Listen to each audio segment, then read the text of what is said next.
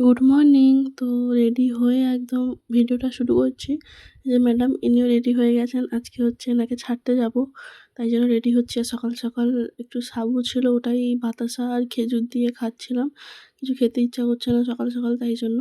আর এই যে রোদও উঠেছে বিশাল। এই রোদে কি করে যাবো আমি খুঁজে পাচ্ছি না। তাই জন্য হালকা খাবারটাই খেলাম। বেরিয়ে পড়েছি। ম্যাডামকে সাইকেলটা দিয়েছিলাম যে, "তুই চল কিছুটা, তারপরে আমি নিয়ে নেবো।" তো এখানে উনি একটু নিয়ে গেলেন। তারপরে আমি ওর কাছ থেকে সাইকেলটা নিয়ে নিয়েছি। তারপর টোটোতে উঠেও পড়েছি। এই যে ম্যাডাম বসে আছেন। মানে এত লম্বা হয়ে যাচ্ছে সত্যি বলার না।